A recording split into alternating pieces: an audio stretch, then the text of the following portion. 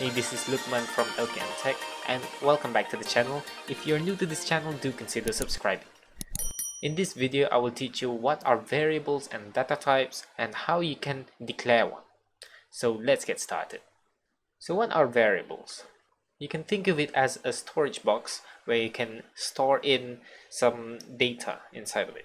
So for example, you have an empty storage box, and then you label that box, for example, name.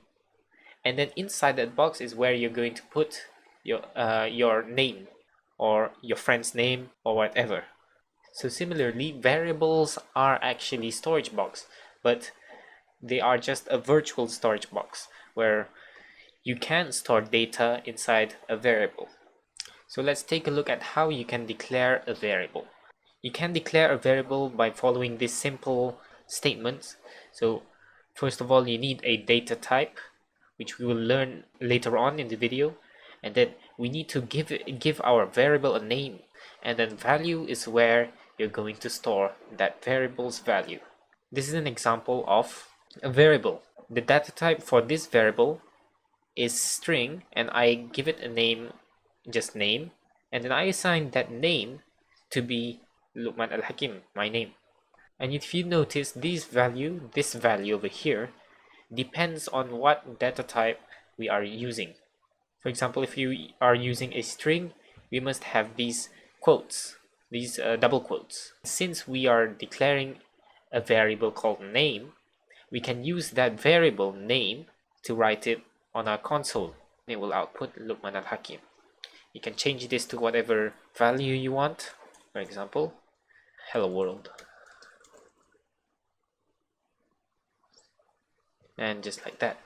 So what if you want to change the value of this name? In this case, you can just write out what the variable name is and then assign it by writing an equal sign and just give it another value.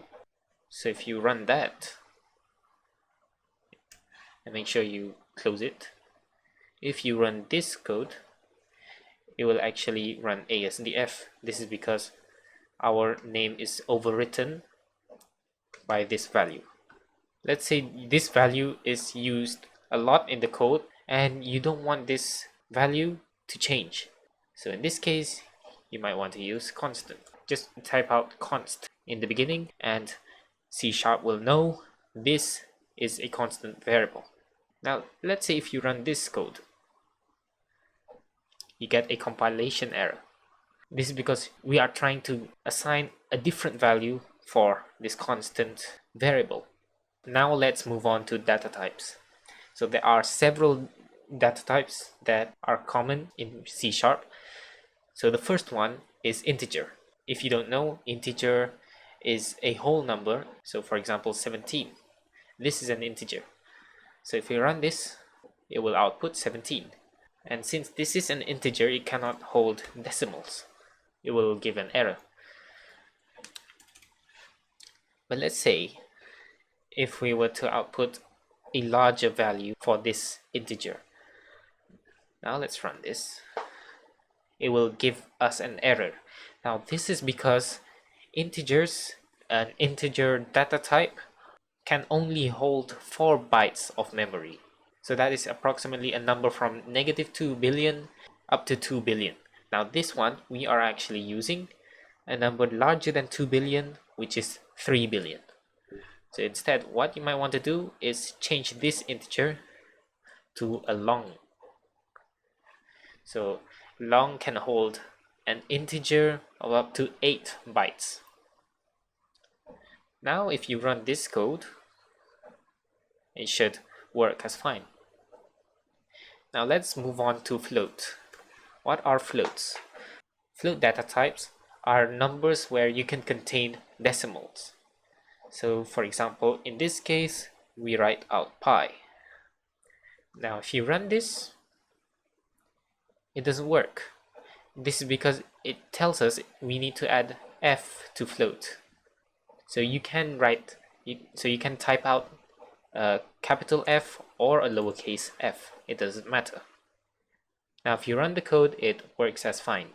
Now similarly to integer and long, you cannot write a larger value for float. So for example, here, see, in this case it doesn't write the whole digit of pi. This is because float is like integer. Float, like integer, can only hold up to 4 bytes of memory. That is around 6 to 7 decimal numbers. So what you can do, however, is turn float into double. And then since this is double, you don't even need this f. Now if you run this, it should output the whole value. Now what are bools? Bool is a short form of boolean, and what that means is it holds one bit of memory, which is true or false, 1 or 0. So in this case we have false. We can either put false or we can put true. Now booleans are useful if we want to create a conditional statement, which we will learn in later videos. Next we have characters. So this char, C-H-A-R, is a short form of character. Characters are just one letter. For example, A, B, C, and so on. Even capital A, capital B, numbers 1 to 9, etc. When declaring a character, or when assigning a value to a character, you must use single quote, not double quote, because double quote is for string.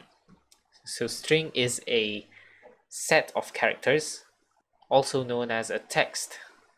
So in this case, we use double quotes instead of single quotes to indicate that this whole thing is a string, which means a set of characters.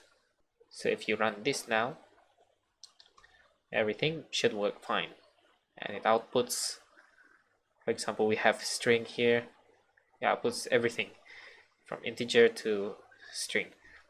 That concludes this video.